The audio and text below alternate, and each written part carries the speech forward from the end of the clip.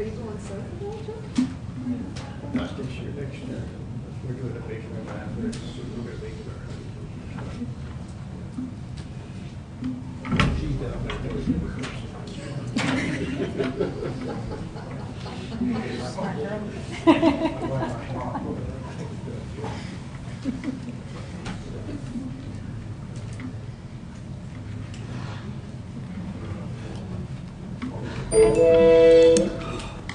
Don't know how to turn it off.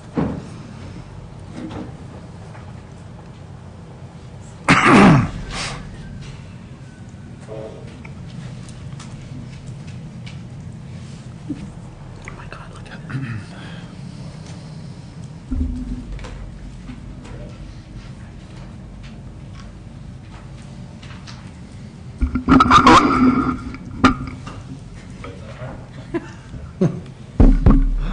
Don, check your email.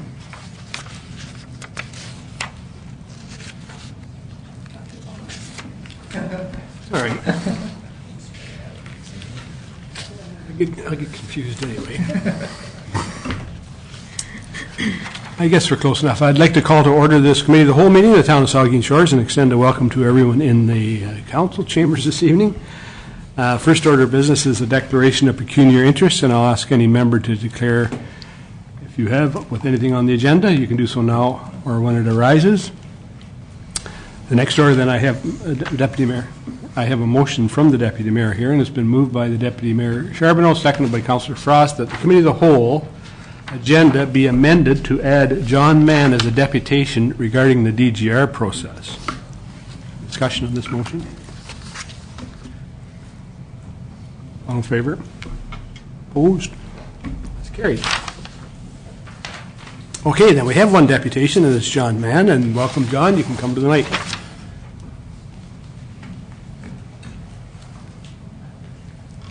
Thank you, Mayor and Council. Appreciate it. First of all, I think we can all agree that the snowplow removal people deserve a raise and a bonus for all their wonderful work in January. Okay. I just told Stuart that. So it's just unbelievable work. In any event, to the matter at hand, I'm asking that this council not disband the CLC, the community consultation people for the DGR. And I'm doing that because in light of the NWMO's finding and conclusion that the geology for Saugeen Shores is unsafe and the geology for Aaron Eldersley is unsafe. But Bruce County, they're still pursuing a DGR for high level in the 3 other towns in our community of Bruce County, and we're part of that community. And as such, as we got into the CLC for the stated reason of learning more to see if this town would support a DGR for high level. And that still continues to, as long as they're pursuing it in Bruce County, in my view, we're still involved because the citizens of Saugeen Shores are part of the Bruce County community. And unilaterally, NWMO said the geology is unsafe, so we're out of this town. We're not going to look at a site in this town. Well, a lot of people that I know a lot of people that want the DGR or would think the DGR would be a good idea for our economy in this town and so on. And to just rely on NWMO saying, hey, we're done, without question, I think is irresponsible. But in any event, we should be involved to continue on with, as long as they're pursuing it. And I, in light of what they found, that it's unsafe here and unsafe in Aaron Eldersley, it can't possibly be safe in Kincardine for the low and intermediate, and it can't possibly be safe geology any place in Bruce County. So I don't think they have any way to pursue it any longer in Bruce County. But I've written them, OPG and NWMO, and they continue to pursue it. They do not respond. So we have to stay engaged as a community. They will not respond to our questions and concerns. The CLC that was part of Saugeen Shores that is on the agenda here to be disbanded did a spectacular job and was starting to gain some traction. In my view, we might start getting answers from NWMO and OPG with the CLC. I think the CLC is 12 years too late in this town, but in any event, it was gaining traction.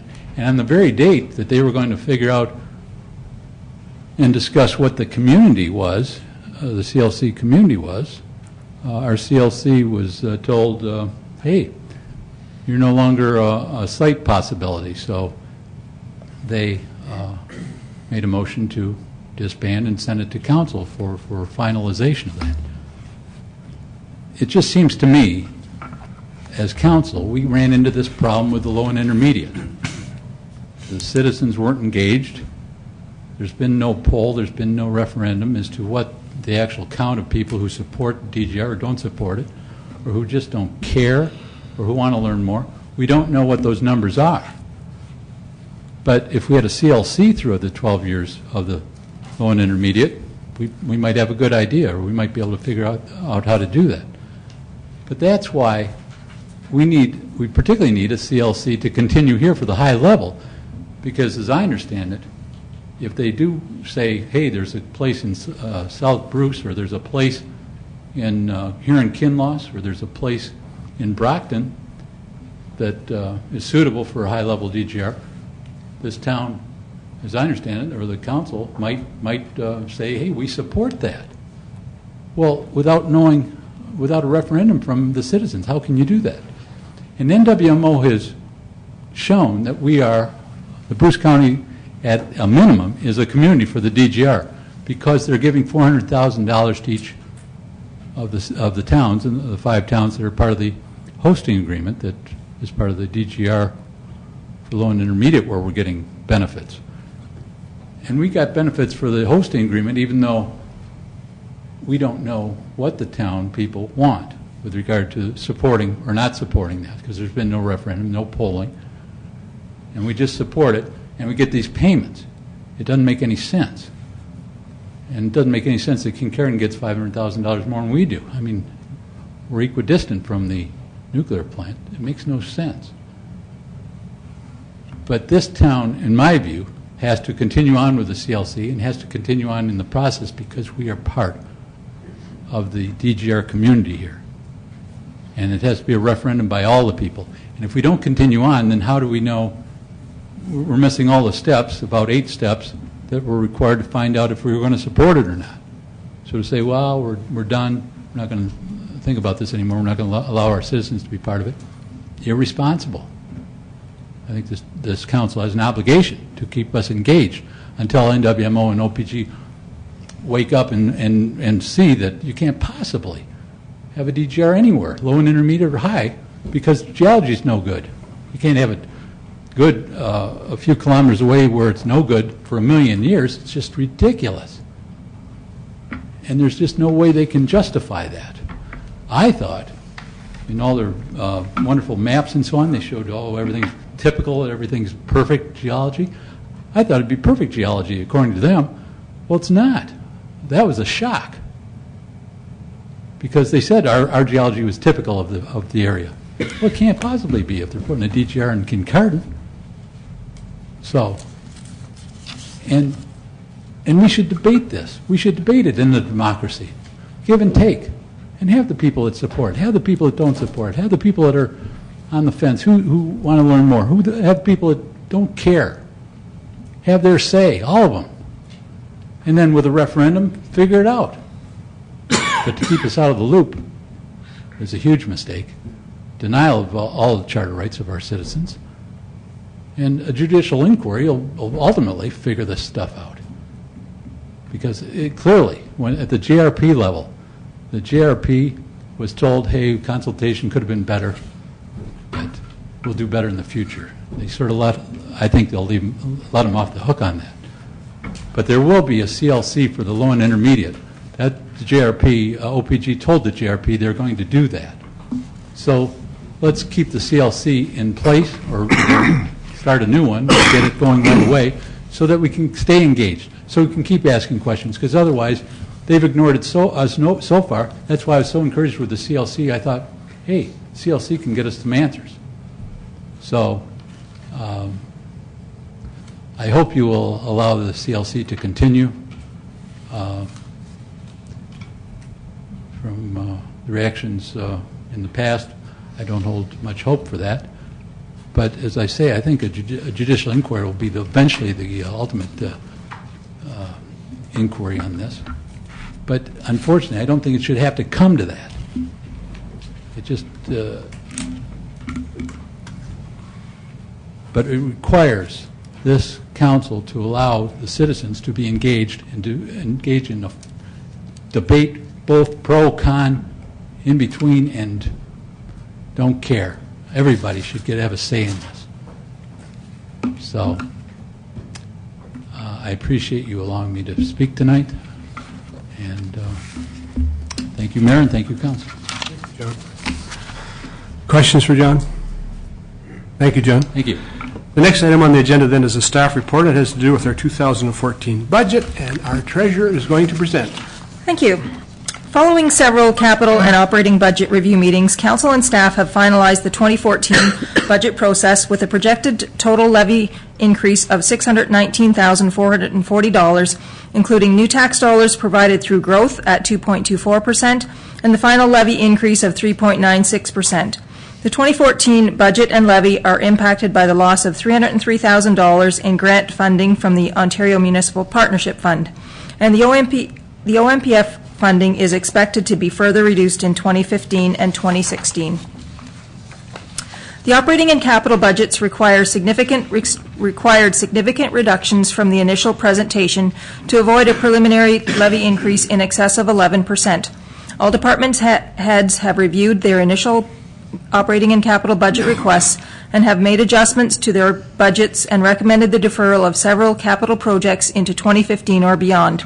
For the most part, the adjustments are not expected to have a significant impact on service levels and operations. However, the frequency of some maintenance activities happening may be reduced depending on available resources. Operations will be carefully monitored to achieve the desired results. The 2014 operating budget includes several service enhancements, an increase to the patrol hours for bylaw enforcement, a GIS contract position to continue with the GIS data management for our asset management plan, and an increase in maintenance gravel for rural roads.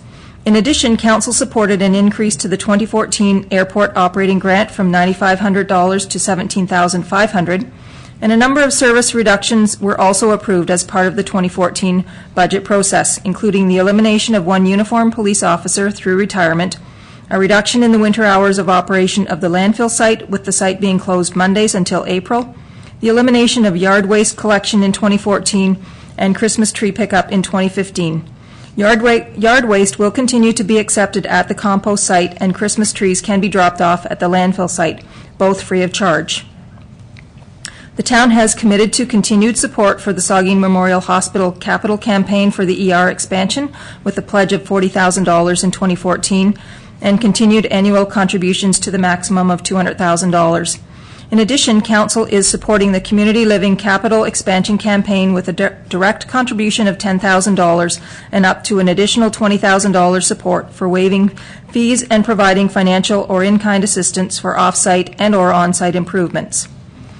While there is no significant new capital funding for implementation of the Waterfront Master Plan in 2014, planning will continue on costing the various components of the plan.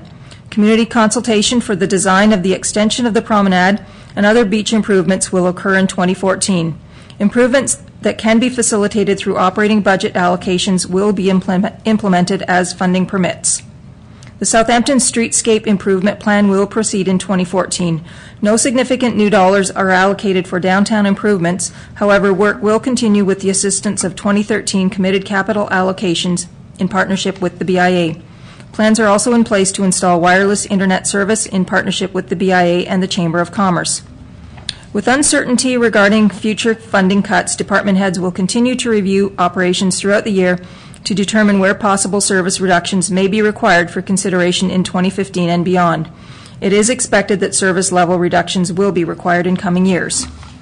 Water and sewer rates. The water and sewer budgets are self-funded by the users of the municipal water and sewer system, with water revenues funding water operations and capital upgrades, and sewer revenues funding sewer operations and capital upgrades.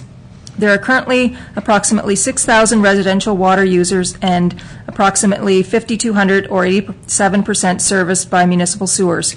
Revenues that are generated through consumption are primarily used to offset the operating expenditures, and revenues generated through the fixed capital contribution charge offset capital, debt, and reserve transactions. Council has previously adopted a 4% increase to water rates and a 6% increase to sewer rates for 2014, and these rates will be in effect with the March 2014 bills. The water consumption rate will increase from 70 cents to 72 cents per cubic meter, and the sewer consumption rate from $1.18 to $1.25 per cubic meter.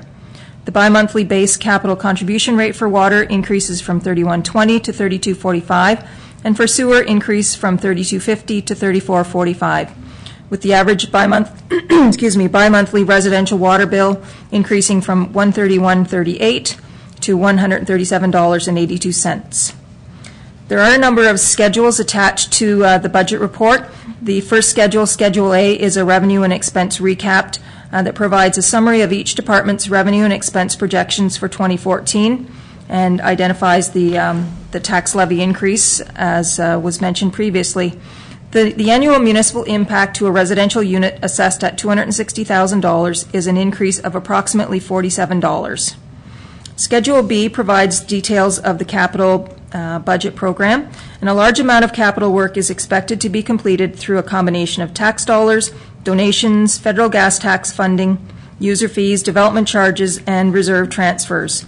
The total 2014 capital budget program is estimated to be $8.2 million, and there are a number of projects included in the capital budget. Some of the highlights are the development of the Southampton Streetscape Plan, ongoing fire equipment replacement road projects that include Getty Street from Market to Trillium, Adelaide Street resurfacing, Saugeen Street reconstruction, work on Eugenie Street, and the Market Street reconstruction and storm sewer installation.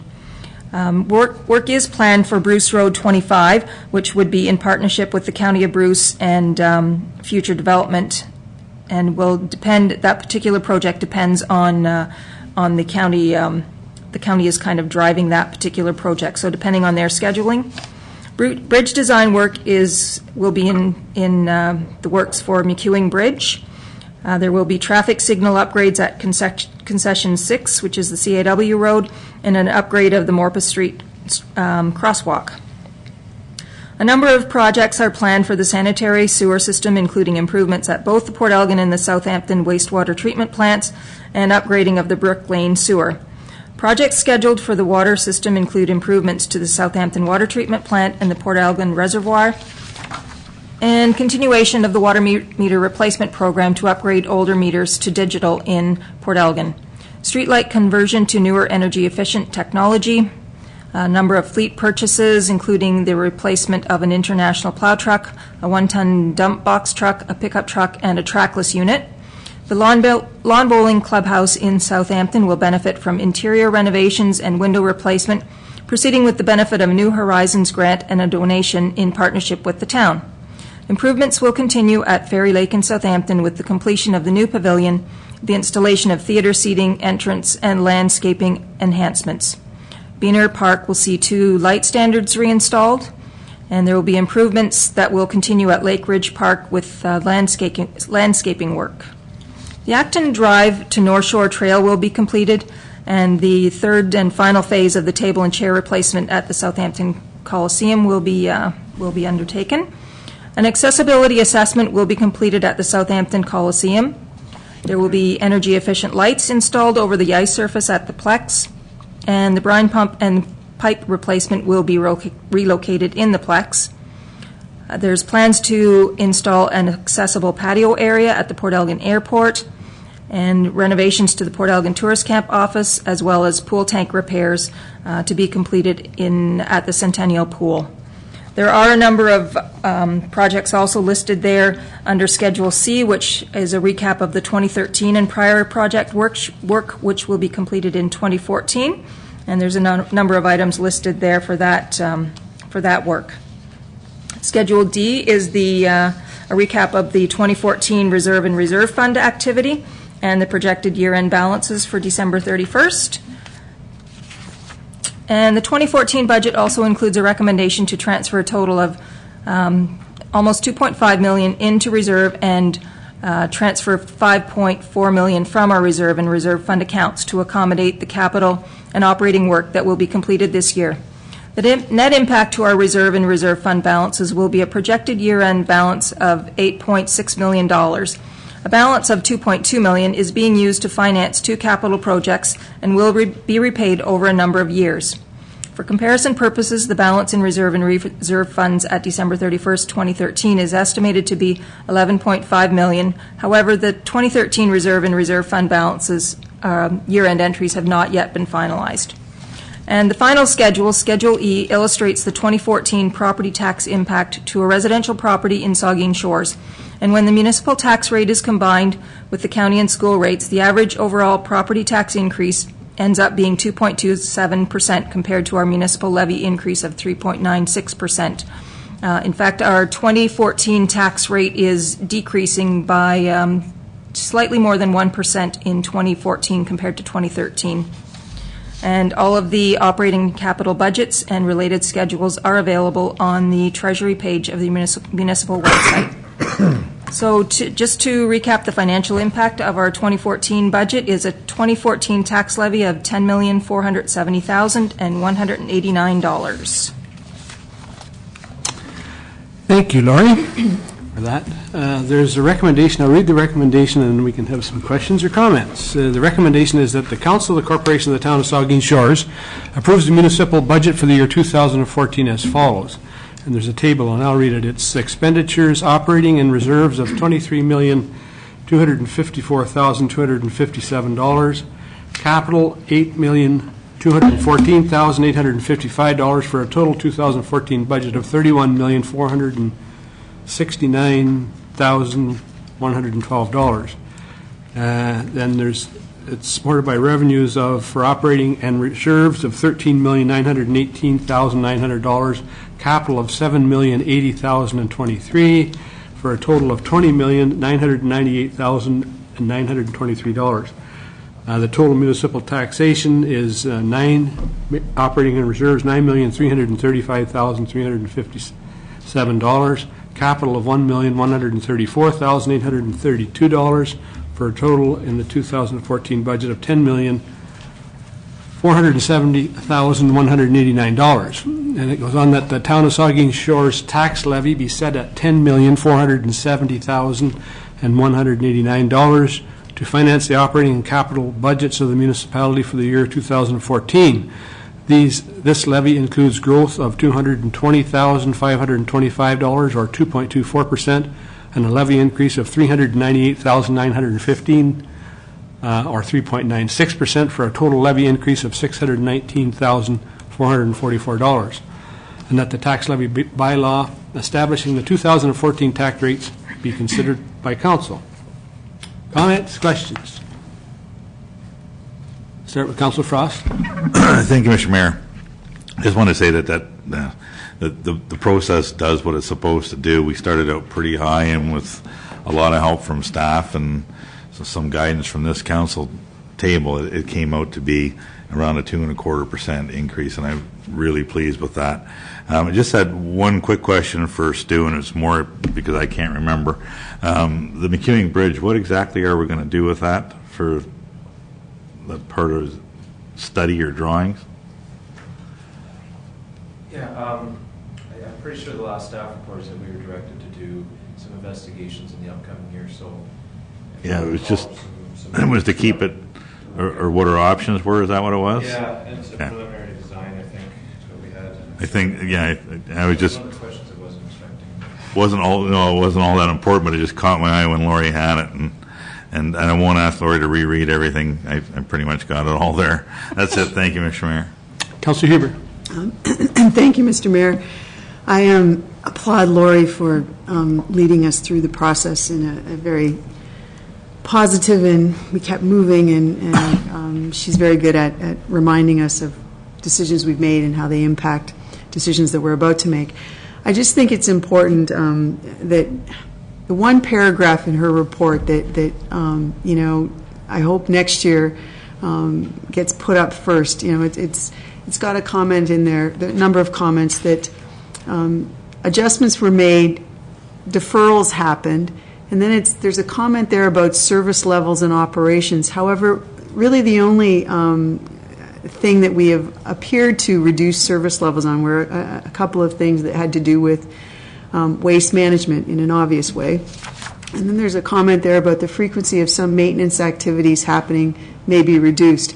I guess I'm disappointed in the process that we didn't find some resources to, in a very big way, represent some priorities that we've tried to give to downtown activity and also to the waterfront. I know there's a few things happening, but we didn't really, I think, enhance all of the stuff we've already done with that in a very obvious way. I guess I'm looking at this and just seeing that, you know, we deferred things. We removed things from the list. We have started to think about service levels, but we didn't really have a discussion about, you know, some of the things that we've hinted at. Maybe we need to obviously say that we can't provide that service anymore, or we shouldn't be providing that service. And you know, we've hinted that maintenance activities might not be happening in the way that they have in the past. But again, you know, we haven't very specifically started to say, okay, we're not going to be able to do this. And you know, certainly, most recently, the last couple of weeks, we've had an awful lot of snow, and wow, it's been amazing, the snow clearing activity. But you know, there's different levels of service that maybe we're going to have to start to make some tough decisions about that. And I guess this one paragraph, just, you know, as much as it's a good news budget in a lot of ways, this one paragraph has some really ominous things in it for us to keep in mind for in the future. And again, in particular, I really hope that when we strike committees or have things that are supposed to be priorities, or that we're encouraging as priorities, that we follow through, because it is disappointing, I think, to the community that there's not a little more obvious activity in a couple of directions. Thank you, Mr. Mayor. Thank you. The Deputy Mayor. Thank you, Mr. Mayor. First, I just want to say congratulations and thank you to Lori on her final budget with the town of Saugeen Shores. She's done many more than I have. This is my 8th budget with the town of Saugeen Shores, which is hard to imagine. It's hard to believe how quickly the time goes by.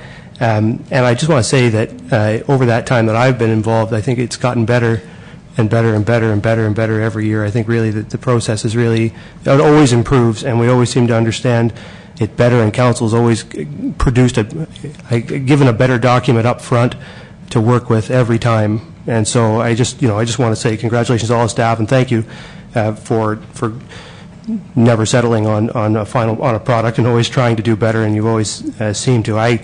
I'm going to agree with Councilor Huber that I'm disappointed we were unable to move forward in a couple of areas, the one she mentioned, waterfront and downtown improvement, which are two areas that I'm interested in. I guess, you know, as we go through the next year, I guess it's going to be important to look at the things the Councilor mentioned, finding services that maybe we don't need to provide, finding efficiencies in the operation we're already running. But all of that, I think, will only get us so far. I think that the town of Saugeen Shores runs a reasonably efficient operation. There's always room to be more efficient, but I mean we're pretty efficient, and service levels people rely. At some point, you start to run into services that people rely on, and we already have in some cases. I think this year I was disappointed to see us reduce some of those services, but that is what it is. I guess what it's going to mean, I think, over this coming year, and something we have to work on is setting priorities for what money there is. I mean, there's going to be less. There's going to be less in 2015 than there is now. We know that already. And eventually you have to decide what it's going to be, you know, and I think Saugeen Shores has decided for the last decade that the primary focus of our investment is going to be infrastructure. We've made excellent investments in infrastructure. We've solidified our infrastructure in many ways. There's still lots to do, but we have to, if we're going to make those investments in waterfront and downtown that the public wants us to make, that Councillor Huber rightly points out, Council is going to have to decide that we're going to deprioritize some of that infrastructure work and put waterfront and downtowns on top for a period of time. And I think that Council has to make that decision, you know, and so we need to have discussions about that, and we need to give clear direction to our staff as to what we want to see come forward. And that's the only way we're going to get those things done, because staff will respond to the priorities set by this Council, and it's going to take a concerted effort by Council to make that happen. So, but I'm going to support this budget, obviously, and the budget never does everything that I want it to do, but I just want to repeat finally my congratulations and thanks to the staff for their support of Council and the work that they've done, and I think that what they have done is delivered the budget that Council asked them to deliver, and that in the end is what we asked them to do. So, thank you, Mr. Mayor. Thank you. Other comments? Budgets are always about making choices, and what you don't see in here also is the many requests that we often get for all kinds of increases in services and increases in here. So, I mean, it's always a list of, so you might easily say that those are cuts that we've preemptively done, because we get list after list and all kinds of requests. And I shouldn't go on too much here, but I really want to say thank you to staff and for Council, because I agree with the Deputy Mayor. The process is getting much better. I think we're all getting a better understanding of it with capital asset management. I think the one thing that we have to be very clear on and know, and we have been told that Ontario Municipal Partnership funding is likely to decrease another. We've lost over $700,000 in the last 2 years, and it's likely to increase in the next 2 years. They have a huge deficit, and their target is to balance in 2017-18, so I think you can be fairly comfortable knowing that you're not likely to see any increase in provincial support until well after that. So when we went through the entire process with that, and I think we've come up with something certainly that I can support, and I want to again thank staff and Council for all the work they put into it. So with that, all in favor of the motion, the recommendation? That's carried. The next item on the agenda is a staff report that has to do with sale of land adjacent to 448 Eckford Avenue, and our clerk, Linda White, will present. Thank you. Mr. McCabe of 448 Eckford Avenue has requested to purchase a closed section of Eckford Avenue located between the east limit of his property and the open and maintained section of Eckford Avenue. Council has declared the land surplus to the municipality's needs and had requested that a fair market value of the land be determined prior to selling the land. An appraisal has been completed by Sound Appraisal Services for the section of unopened road allowance between Walnut Street and Cameron Drive. The appraisal report concludes that the value of the land is $3 per square foot. The appraised value of the land to be sold to Mr. McCabe is approximately $15,243.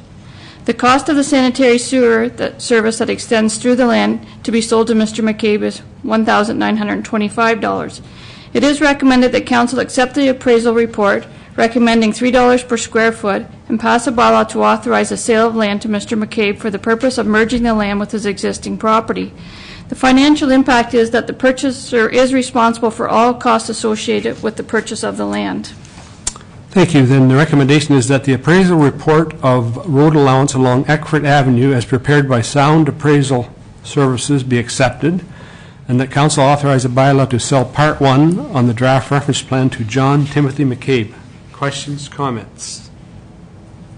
All in favor of the recommendation? That's carried.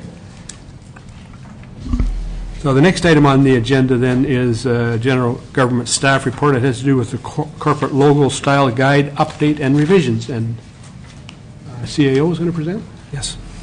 Thank you, Mr. Mayor. In 2010 and 11, the town went through a process to update and revise the logo to be used by the town for corporate purposes and those to be used by Port Elgin and Southampton for local identification. Guidelines for how and where they were to be used were implemented in early 2012. The goal of the style guide that was developed was consistency and accuracy for both the placement and colors to be used in various contexts. Subsequently, a number of gaps in circumstances and inconsistencies in application have been identified. This has led to the update to the style guide that's attached to the report. Staff are asking that the changes be endorsed. A number of minor adjustments to the recent initiatives will be necessary to gain full alignment with the parameters of the style guide. Further, the changes will assist with clarity on how to implement the requirements in future applications. As in the previous document, the clerk is designated as the individual responsible for interpretation of the criteria. The language in the revised document has a number of improvements aimed at ensuring it is easier to understand and administer in future applications. And the costs are as included in individual departments, Mr. Mayor. Thank you, Larry. The recommendation is that the attached revised style guide be adopted for use as the document governing the use of the town's family of logos. Deputy Mayor. Thank you, Mr. Mayor, and thank you, Larry, for having done this update. I just want to make something clear. I want you to clarify something for me, if you will, Larry. In the last year or so, we've had a couple of occasions where we've had corporate enterprises within the Department of Community Services that have gone forward and developed branding and logo work and have rolled that out, and that has not come forward to council for approval, yet it's gone forward in implementation. I'm wondering, does this update of the style guide end that practice and clarify that, in fact, corporate enterprises cannot be branded without the approval of council? Would you clarify that for me? Through you, Mr. Mayor, yes. Thank you, Mr. Mayor.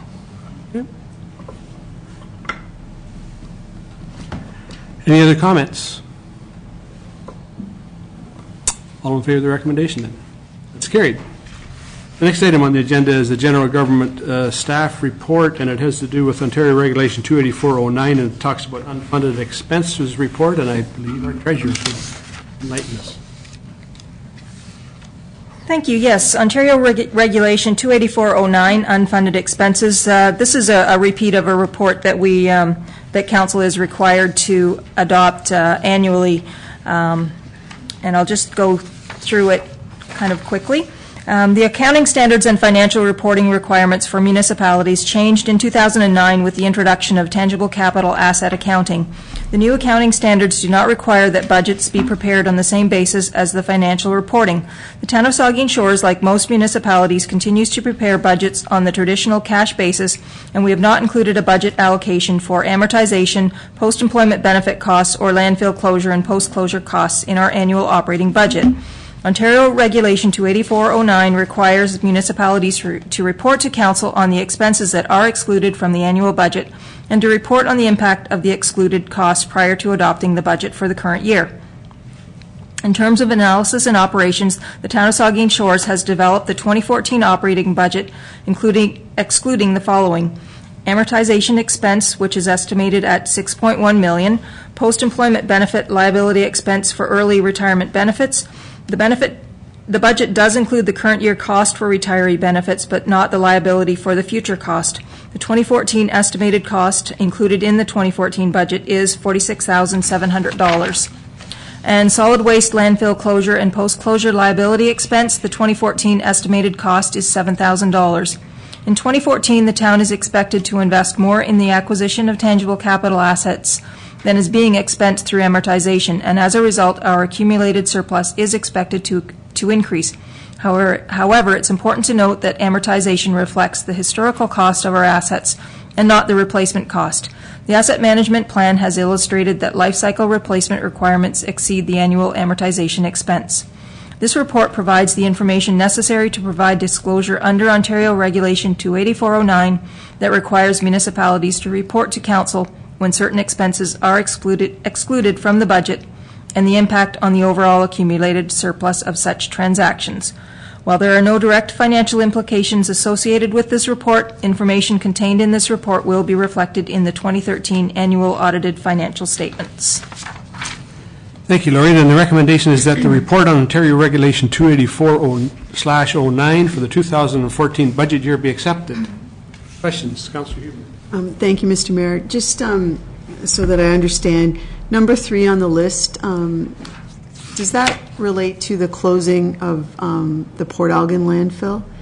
Because don't we have in the budget an item that's for the other landfill? I'm just, like, it's $7,000. It seems like such a small number. Is it specific to the activity that's gone on in Port Elgin? Yes, the $7,000 is the estimated cost for the monitoring that's required at the former Port Elgin landfill site. Thank you. Mayor. Thank you, Mr. Mayor. I just want to clarify, Laurie, number 2, the line says that the budget doesn't take into account the liability for future cost. The 2014 estimated cost is $46,700. $46,700 is the liability for future cost in the year 2014. No, that's the cost that we're paying this year for retiree benefits that we're funding in 2014. So the actual future liability is, I believe, in the neighborhood of $800,000. I thought so. It would be much higher than that. Significantly higher, yes. Okay, that's good to know. Thank you, Mr. Mayor. Any other comments, questions? All in favor of that recommendation? That's carried. The next item on the agenda is the Planning and Development Staff Report, and it has to do with the temporary use agreement with Harbrun, and our Bart's going to give the development manager. Thank you, Mr. Mayor. Mrs. Jacqueline Harbrun, the owner of property at Lot 3, Concession 2, proposes to construct a new dwelling. Mrs. Harbrun also wants to keep the existing dwelling while the new dwelling is being constructed. The town does not permit 2 dwellings on one lot, hence she has applied for a temporary use bylaw to authorize this proposal, which was approved by bylaw number 97-2013, passed December 16, 2013. In order to implement the provisions of the bylaw, Mrs. Harbrun is required to enter into a temporary use agreement with the town. This agreement requires Mrs. Harbrun to provide securities in the amount of $20,000 to ensure that once the new dwelling is constructed, the existing dwelling is removed, the existing septic system is decommissioned, and the lands are restored to the condition that is satisfactory to the town. Thank you. The recommendation is then that council pass a bylaw to authorize a temporary use agreement with Jacqueline Harbrun to permit an existing dwelling to remain while a new dwelling is constructed on the subject lands. Questions, comments? Mr. Mayor, the $20,000 then is just until the work is completed, then it's returned to the owner? The $20,000 is returned to the owner after? Yes, it's just a deposit and it will be returned once those conditions are met. And there's a time frame as far as when it has to come down after the other dwelling's built, or? I think the time frame is 18 months. Okay. Thank you. It's in the agreement. I thought it was a year, but maybe I'm wrong.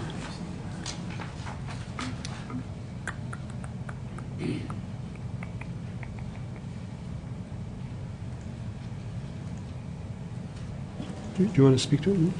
The actual term of the agreement is outlined in the temporary use bylaw. It's a separate bylaw with the exact term of that it has to be taken down by. Thank you. Okay. Any other questions? All in favor of that recommendation? That's carried. The next item on the agenda is the Planning and Development Report, staff report, and has to do with revisions to the site plan agreement for the Haven Beach condo. And again, our Manager of Development Services, Mr. Toby, will present. Thank you, Mr. Mayor. Mr. Andrew Hill, President of 1867431 Ontario Inc., entered into an agreement with the town of Saugeen Shores to create a 17-unit apartment building at 137 Elgin Street. The developer has submitted a request for revision after the town staff identified that the grading and drainage of the site would not comply with the approved site plan. Town staff reviewed the site plan and proposed revisions to determine that there would be no off-site impacts, that the buffering and fencing of neighboring properties would comply with the zoning bylaw, and that the barrier-free access is maintained throughout the development. The plan consists of the following specific revisions. Regarding of the parking area, regrading the parking area to ensure appropriate stormwater management, installation of a retaining wall along Elgin Street with the necessary pedestrian and barrier-free access around the retaining wall, installation of the retaining wall along east boundary resulting from the revised grading. This retaining wall includes a fence to ensure screening from the property to the east and the revised subsurface drainage facility to accommodate changes in the stormwater management.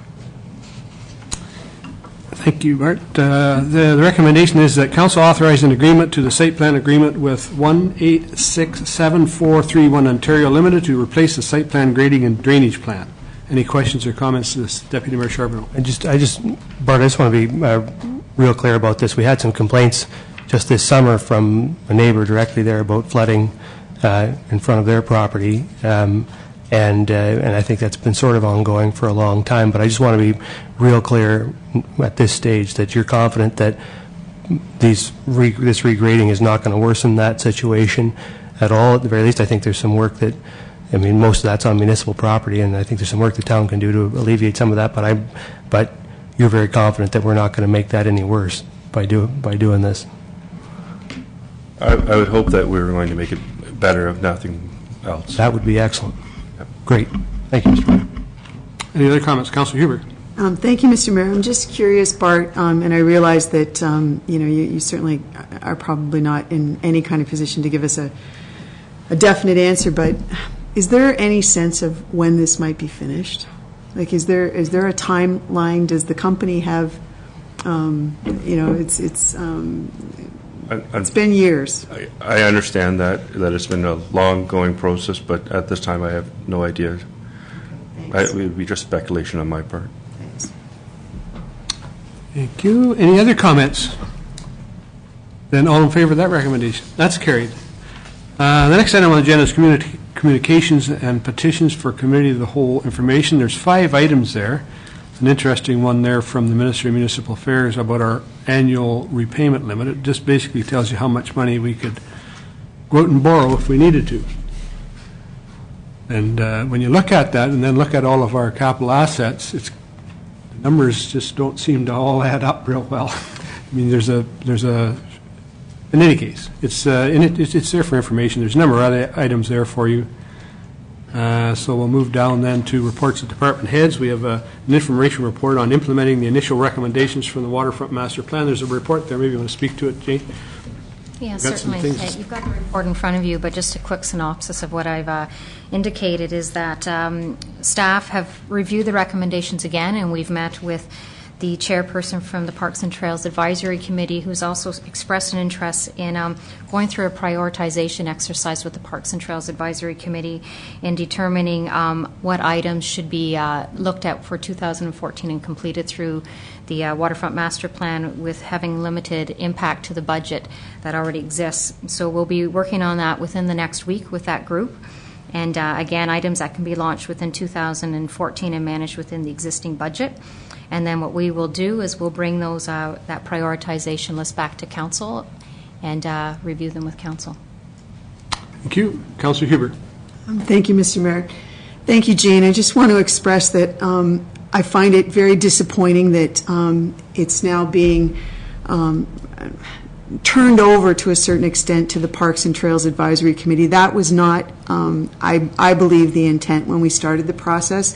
And we did, after the start of the Waterfront Committee, we brought in a member to that committee from the Parks and Trails Advisory Committee, but we were, I think, and I believe, Council was in favor of a standalone approach towards the waterfront. So I do not agree with this at all. I think it is a change in direction, and I realize it's suggested here that it's a temporary liaison, but I'm extremely disappointed that, again, we're not following through on a priority that we took a couple of years, and a number of community people were involved, and we had good support with a survey and other participation. And Parks and Trails has a specific focus waterfront was given a different focus. So I do not agree with this report. I look forward to hopefully a few things happening, but I really think we've missed an opportunity here. Thank you, Mr. Mayor.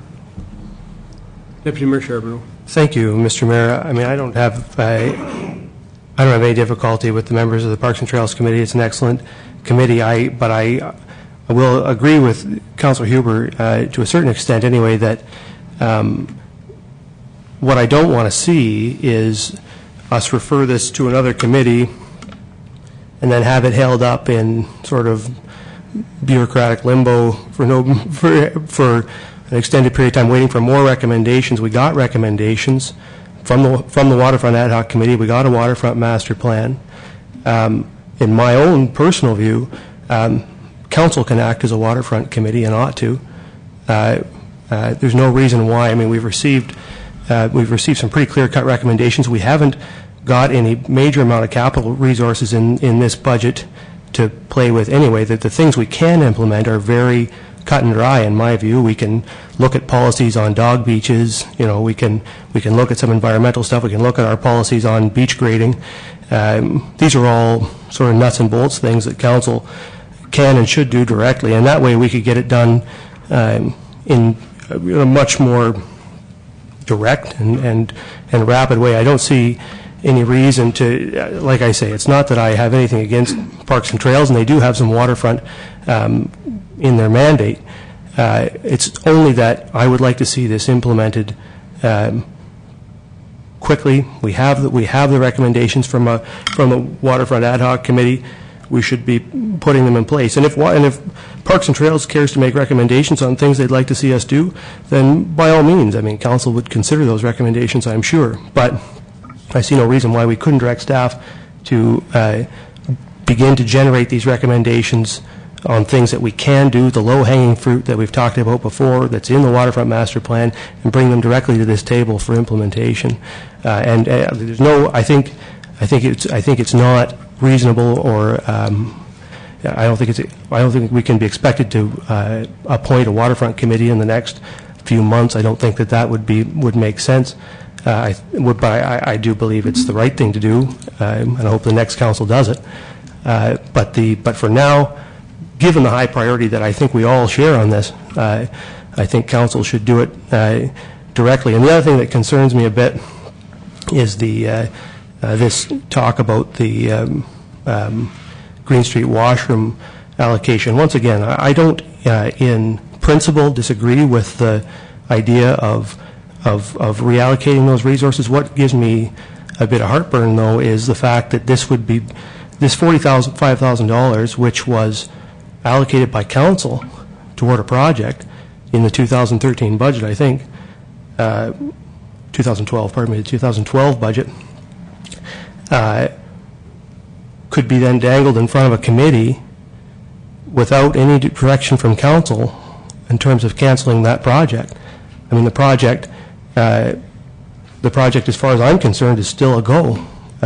Council gave direction for it to be done, and yet somehow it can be dangled in front of Parks and Trails for a possible reallocation, and we're supposed to wait for recommendations from one of our committees to reallocate funding that we directed to a particular project.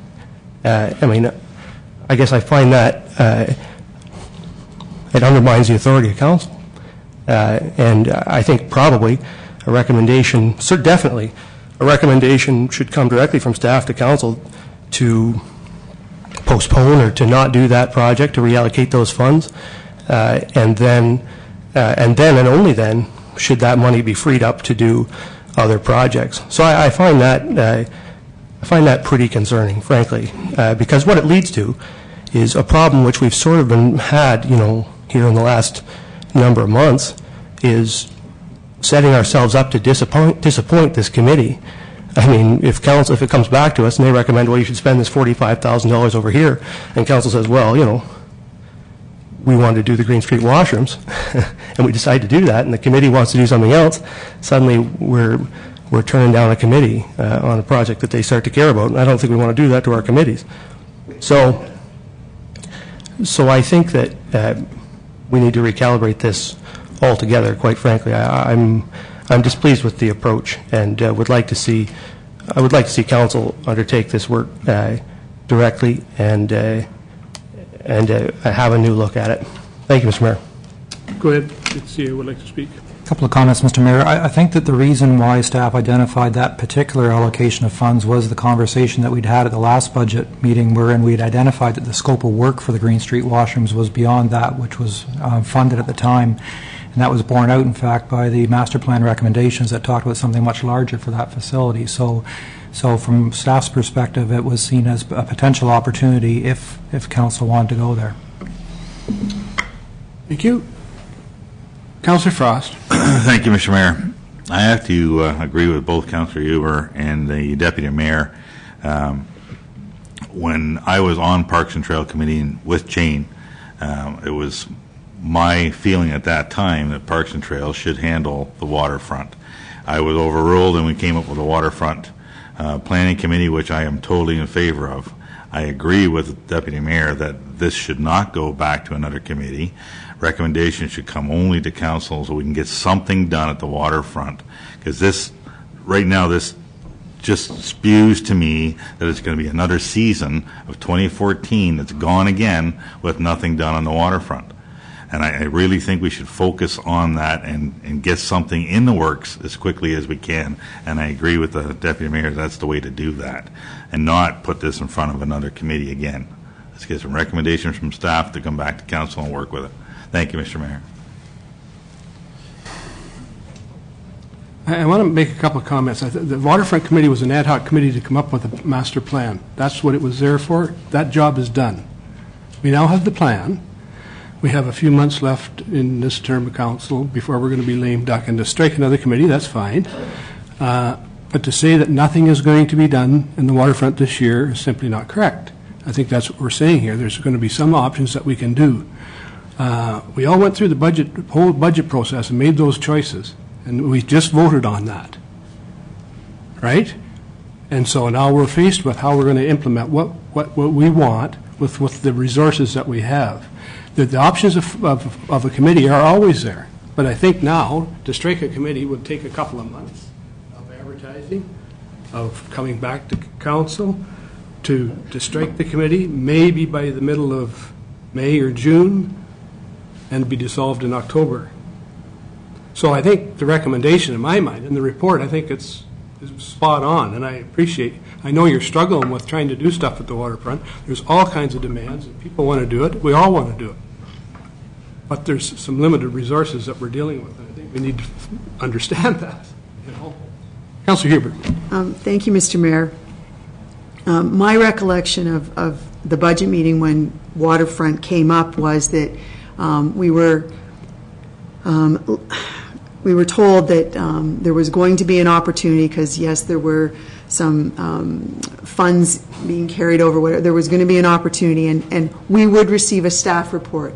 We were never, it was never expressed at the time that the Parks and Trails Advisory Committee was somehow going to be part of this. And I have respect for that group too, but I'm just seeing that as an added layer in here that I was anticipating the report that came, but that we would get, here's a couple things that are possible.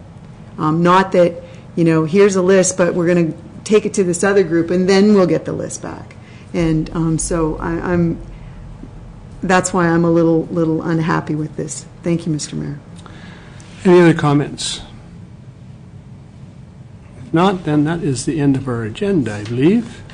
And we'll start to go to council with Councillor Frost. Hi, thank you, Mr. Mayor. I don't really have a whole lot going on now. It's mostly the snow and the blow that we did have, and I was happy to have finally a day that was clear with no snow and moderate temperatures. It was all great. Just kudos to Stu's guys like everybody else. Unlike Mr. Mann, I can't see a raise coming in, but they did do great work, and that's about all I have. Thank you, Mr. Mayor. I think they're bargaining right now. So. Yeah. Careful, better not say one thing or the other. Councillor Hubert. Thank you, Mr. Mayor. My only comment is that the roads may have been closed, but you would not believe how busy the Southampton Curling Club was all week. There were cars in that parking lot every day, even though all the roads were closed. Thank Bar you. was open, all right. I don't know. Councillor Brown. I have nothing at this time, Mr. Councillor Seaman. Nothing this evening, Mr. Mayor. Councillor Legault. Thank you, Mr. Mayor. I don't have anything this evening either. There was a couple of committee meetings that were canceled, unfortunately, because of the weather, so they've been rescheduled, and they're taking place this week and next, so hopefully by next council meeting, I'll have something to report. Deputy Mayor Charbonneau. Mr. Mayor, all my committee meetings got canceled, and one of my committees got canceled, and so any committee meetings I had coming up seemed to have disappeared. So I'm looking for a hobby. Maybe I can take up woodwork or something. I don't have much to report this evening, but my son did go to school today, which was awesome. Thank you. Just a couple things. Since the last meeting, I know we struggled to get a date for this meeting, and finally we've got it, and I appreciate staff, all the work they did to trying to organize and get this meeting on, and all the work that was done, everybody out there, because I know they're getting stretched, but they're doing a fabulous job, and I've had lots of kudos to our Works Department.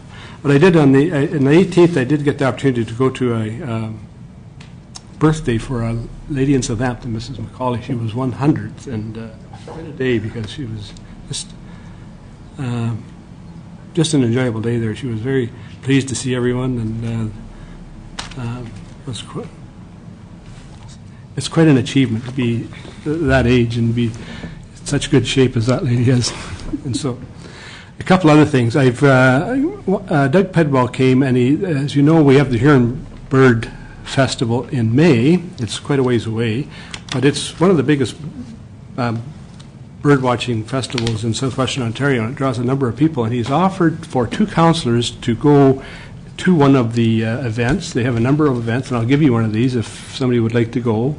I'm going to go to one, and one other councillor to one of the events, and they're spread from Tobermory all over, and you can do that for half a day or a day. So I'll leave these on the mayor's desk, grab one, and if somebody would like to go, please let me know, and I'll pass it on to them. And that's all I have. So, motion to adjourn. And Luke, all in favor?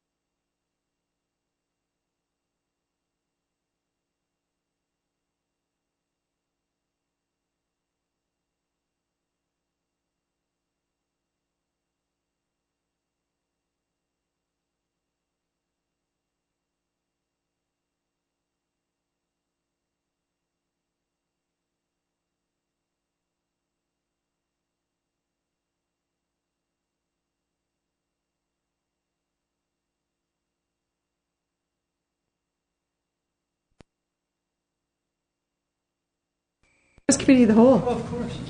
I'm going So Billy says. Sweet, anyways.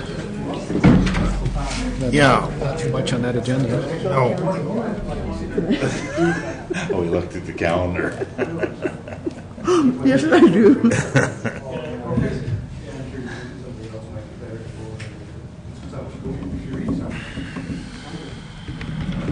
Cheaters anymore. Yesterday when you were super boring, so. The Super Bowl, that's for sure. I didn't watch any of it.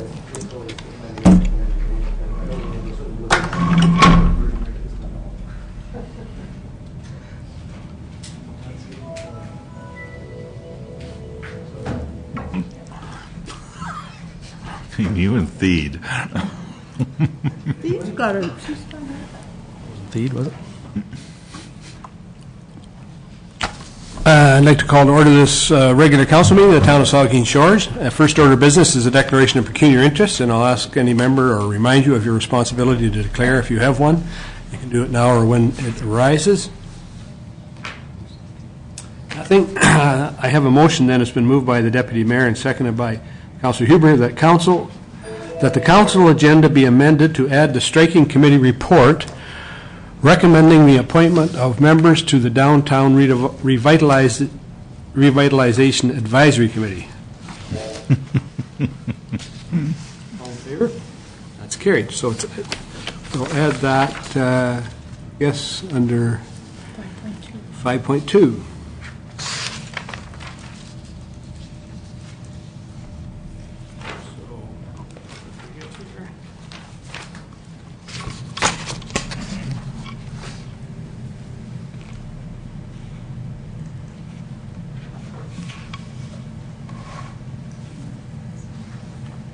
So, the next item of business on the agenda is a adoption of minutes, and it's the regular council minutes of January 13th, and it's been moved by Deputy Mayor Charbonneau, seconded by Councilor Legault.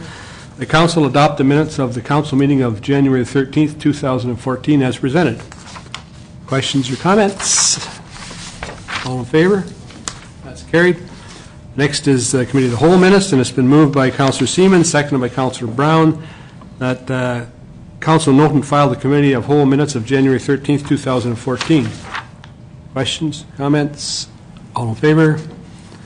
And the last one is the budget minutes of January 20th. It's been moved by Councilor Brown, seconded by Councilor Seaman, that council note and file the budget meeting minutes of January the 20th, 2014. All in favor? It's carried. So the next item on the agenda is the staff report, and it has to do with the DGR Community Liaison Committee, and our staff, I guess our clerk Linda White's going to present. Thank you.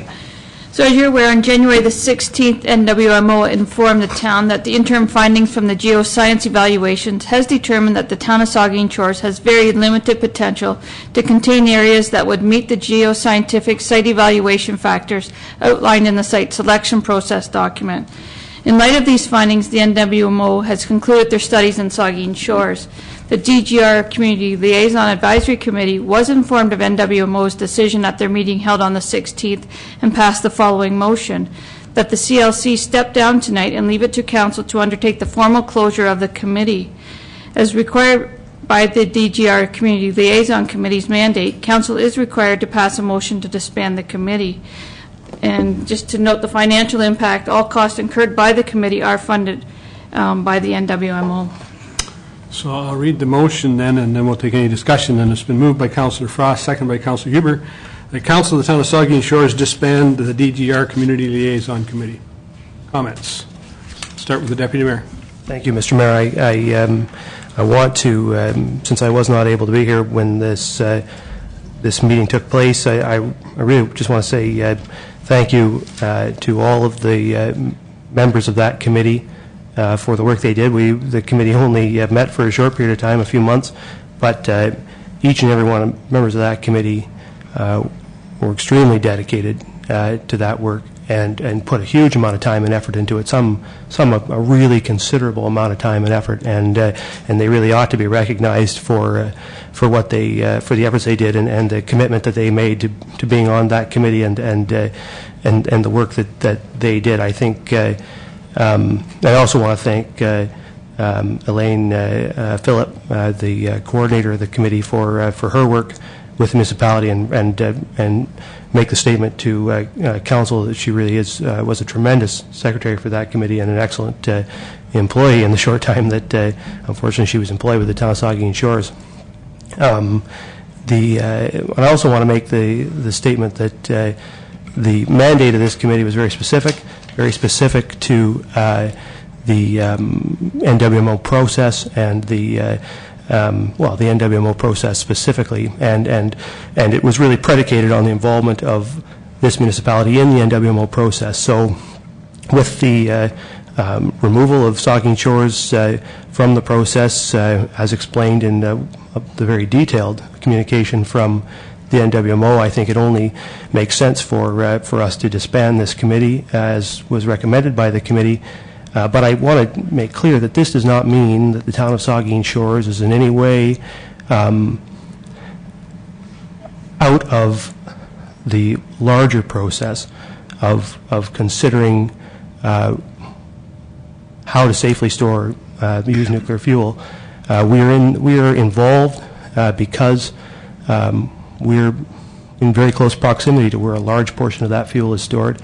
And I think that if you look at the NWMO process, though we will not be involved in the same manner as we were a few weeks ago, we will continue to be involved in the process because of our proximity to that fuel, because of our proximity to other municipalities that are being considered.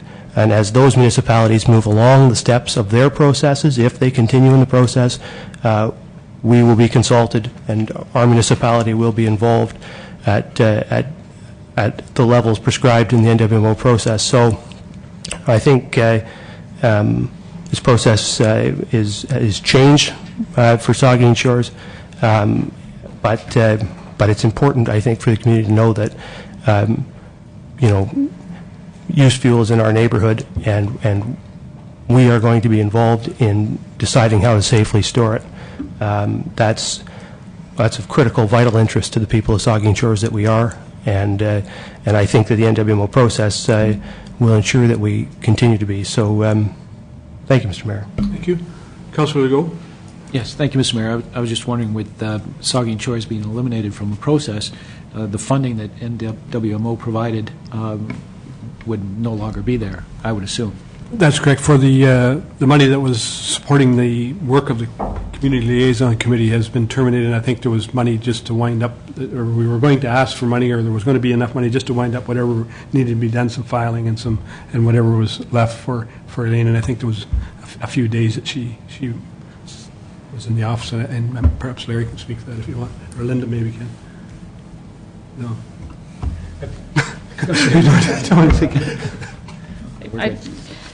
That's right. With respect to the funding for the administration part of that wraps up. Thank you. Councilor Huber. Thank you, Mr. Mayor. Just to echo what the Deputy Mayor said, I'm just curious. I don't believe that it's great that we say here in Chambers that we appreciate the work of committee members. Do we have a standard process? Do you, by any chance, send a note after somebody's on a committee that just says, "Hey, thanks"? Is that typical when somebody leaves a committee? What we have been doing really is that volunteer appreciation night where we invite everybody that served on a committee, and we did it down, I think, at McGregor Park. We invite them down there, and that's the community's expression of how we say thank you. Well, but we can. I mean, I haven't always wrote letters, but it's probably a good idea. Well, it's just that community appreciation thing is great. I don't believe, though, that everybody gets an individual invitation. Sometimes it goes to a group or something. So I just this group in particular, that was a big thing to step up for, and I think we owe them a thanks. And it's great that we've done it publicly, but I don't know. I think just a little note. I think we can do. I will certainly do that. I would be pleased to do that. In fact, Councilor. And my second comment is, as the Deputy Mayor said, there was definitely a specific mandate for this group. So of course, the mandate's no longer there. So really, the committee is no more. Should there be, though, another community in Bruce County that continues along the process, is it your sense that at some point there will be a county CLC? Like, because I'm hearing, in the media that, there's still a role for us to play eventually, should things progress. And, I agree with that, but, it's not this group that has to stay, but I'd like to think that down the road, should there still be a community in the process, that there will be an opportunity for Saugeen Shores to put some people at a table where there's a discussion. Is that, do I have a general sense that that's? I think the committees, or all the communities early on in the process said that they were going to cooperate together and look at ways how they can share that information. I think so I don't know. We were in the letter that said that they were terminating their interest in Saugeen Shores, said that if it proceeds in the other communities, that we would be given an opportunity to participate in a manner, and I think it's outlined in the site selection process of how they reach out to communities beyond. Any other comments? I have a comment. The same. I really admire those people that put their name forward because it was a controversial issue. There's no question about that in our community, and it was interesting. I sat at the last meeting, and after the last meeting, we got together for a few moments, some of the committee members, and it was interesting that they were really starting to get engaged and thought they were starting to do some worthwhile work about. And I think the big part was trying to educate people about the process and about what was involved. And I really admire them for that. And the other thing I want to say is I think it demonstrates, if you look at the site selection process and how they were going to ultimately get to a site, we have followed that. And the NWO has followed that. They said that they would eliminate us if at any one of those steps that they didn't meet some criteria. And so I think there's some confidence that the process is working as they've laid out and built after a number of years of consulting with all kinds of people. So, any other questions or comments? All in favor of that motion then? That's carried. The next item on the agenda is that striking committee report to appoint the downtown community improvement plan. What is it? I'll read it here. Revitalization. Revitalization Advisory Committee. There we go. Committees. So the motion then is moved by council, and I have a copy of it here, and I'll read it. Has everybody got a copy of it? I'll read it. I'll read the report, the striking committee report. It's to the mayor and members of council from the striking committee that met on January 31st, 2014 for the purpose of receiving 6 applications and recommending appointing 2 additional members to the Downtown Revitalization Advisory Committee. We, your committee, wish to recommend the following: that Beth Brock and Anne Marie Johnson be appointed to the Downtown Revitalization Committee. And there's a motion then. It's been moved by the deputy mayor and seconded by Councilor Legault. The council appoint Beth Brock and Anne Marie Johnson to the Downtown Revitalization Advisory Committee. Any questions or comments to that? Councilor Huber. I don't know who Beth Brock is personally, but Anne Marie Johnson helped out with the little Christmas party we had at the town hall, and I believe she will be a very good participant on this group. She has a real interest in downtown, and I think she's got a lot of stuff to bring to the table. Thank you. Other comments? All in favor? That's carried. The next item on the agenda then is bylaws. And the first one is establish a Heritage Committee, and it's been moved by Councilor Huber, seconded by Councilor Frost, that bylaw 9-2014, being a bylaw to establish a municipal heritage committee, is hereby read a first, second, and third time, and finally passed and sealed this 3rd day of February 2014. Comments or questions? Deputy Mayor Charbonneau. Thank you, Mr. Mayor. I just wondered, could I get a comment from either the CAO or the clerk about what the process is once we adopt the bylaw for what are the steps now to reappointing the committee? Can we move forward to reappoint now, or do we need terms of reference? Or So with respect to this establishing bylaw, it didn't provide the overarching guidelines here, and actually isn't required to change the mandate. So I reviewed the mandate, and I don't recommend any changes to it. So we do look for council's direction if you want us to advertise to appoint members seek interested individuals to serve on the committee, I'll take that direction. I would, if I may, Mr. Mayor, I would certainly encourage that.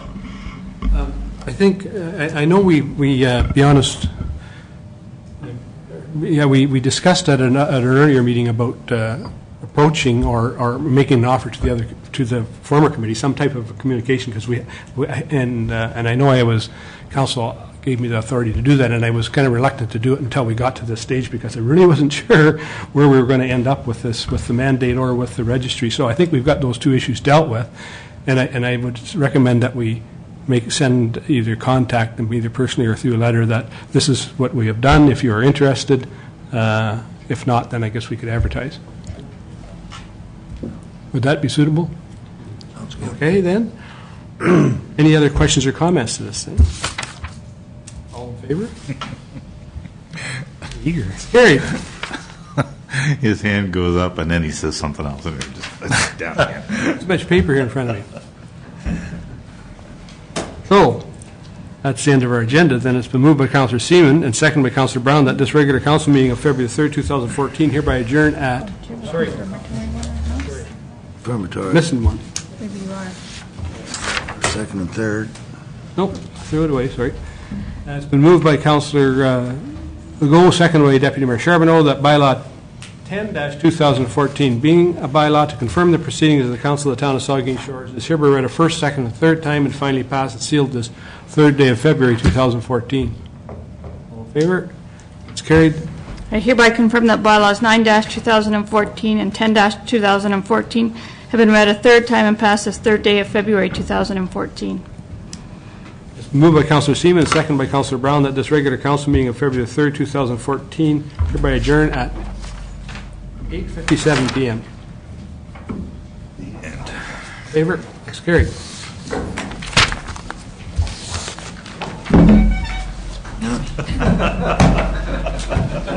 What a pair.